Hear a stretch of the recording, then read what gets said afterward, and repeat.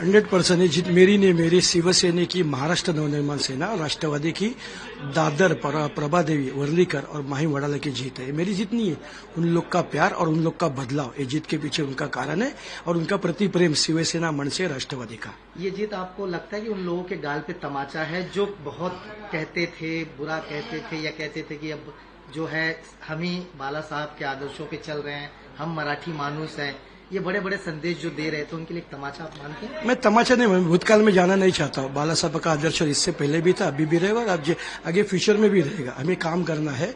मैं जिन्होंने बदलाव मेरे लिए दिया है उन लोगों के घर तक मेरे को पहुंचना है, उनके हर परिवार के साथ मेरे को जुड़ना है। वो समझ के उन्होंने जिस प्यार से मेरे को जिताया वो प्यार के साथ मेरे को उनके घर पे हर घर में मेरे को पहुंचना है। ये सोच के मैं आगे निकलूंगा। निशिजी, आज आपण विजयी झाले, काय पहिली प्रतिक्रिया आपली? कारण की भरपूर काय आपण घोळ बघितला प्रचारामध्ये किंवा जेव्हा निरोप द्यायचा होता मुंबईकरांना त्यामध्ये, काय नक्की म्हणतो? मी सर्व मुंबईकरांना धन्यवाद देतो, खास करून माझ्या कुटुंब म्हणजे माझं कुटुंब, दादर, वळली, प्रभादेवी, माई, मोराळा या लोकांनी जे माझ्यावरती प्रेम केलं आहे त्या प्रत्येक कुटुंबातल्या मतदाराला आणि प्रत्येक नागरिकाला मनापासून धन्यवाद देतो। मला भूतकाळात काही जायचं नाहीये, पण शेवटी या मागे आदित्य साहेब, उद्धव साहेब, राजसाहेब ठाकरे, अमितजी ठाकरे आणि खास करून त्या शिवसेना दादर प्रभागाचे आमदार माननीय महेशदादा सावंत, सुनीलजी शिंदे, सचिन भाऊ अहिर, अजय चौधरी यामागे भरपूर यांचं माझ्या मागे पाठबळ आणि खास करून खासदार अरविंद सावंत, अनिल भाऊ देसाई यांचे आशीर्वाद सातत्याने मार्गदर्शन करत असल्यामुळे हा विजय निश्चित होता। शेवटी विजयाची हॅट्रिक खासदारपासून सुरुवात झाली, विजयाची हॅट्रिक आमदारपासून झाली आणि ती नगरसेवकापर्यंत पोहोचली। मी त्यांचा सर्व आशीर्वाद आयुष्यभर ऋणी राहील।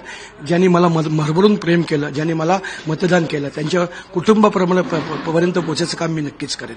निश्चित एक महत्वाचं की आज आपला निकाल समोर आहे, मात्र आपण मॅन्डेट जे बघतोय ते बीजेपी आणि शिंदे गुटकडे चाललेलं आहे, जे आकडेवारी सध्या समोर येत आहे। आणि काल उद्धवजींनी एक प्रश्न पण निर्माण केला होता की जे इंक लावतात आहे त्याच्यामध्ये पण घोळ आहे, जे वोटिंग मशीन होते तिथे काही बटणं प्रेस होत नव्हते, काही वोटर्स असे आहेत की मत बिना देता त्यांना घरी जावं लागलं। हो, कारण माझ्या इथे पण तेच झालं। मी तर तुम्हाला खरं सांगतो, माझ्या इथे 3 मृत इसमाचे मतदान झालं।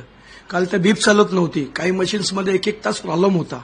हा प्रॉब्लेम एवढा होता की मुंबईमध्ये तो प्रॉब्लेम झाला, त्यामुळे मतदार थोडासा कंटाळला, त्यामुळे थोडंसं बॅकफूट लावलं। पण भविष्यात ही नांदी आमची विजयाची नांदी ठाकरे कोंबडे, एकच ब्रँड मुंबईत, ठाकरे ब्रँड। धन्यवाद।